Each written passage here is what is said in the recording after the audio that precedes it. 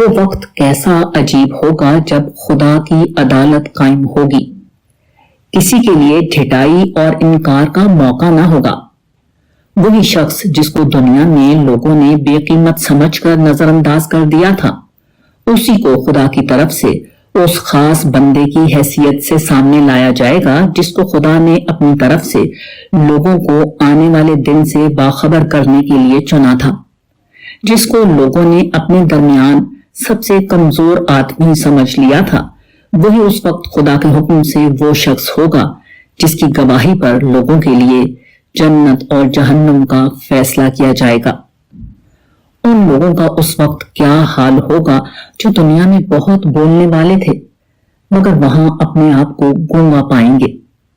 جو دنیا میں عزت اور طاقت والے سمجھے جاتے تھے وہاں اپنے آپ کو بالکل بے زور دیکھنے پر مجبور ہوں گے.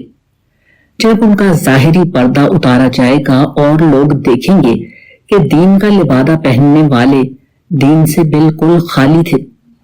جب کتنی سفیدیاں کالی نظر آئیں گی اور کتنی رونقیں اتنی قبیح ہو جائیں گی کہ لوگ اس کی طرف نظر کرنے سے بھی گھبرائیں گے.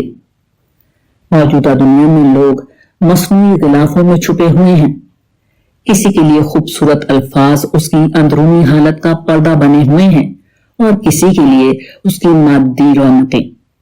مگر آخرت میں لوگوں کے الفاظ بھی ان سے چھن جائیں گے اور ان کی مادی رونقیں بھی.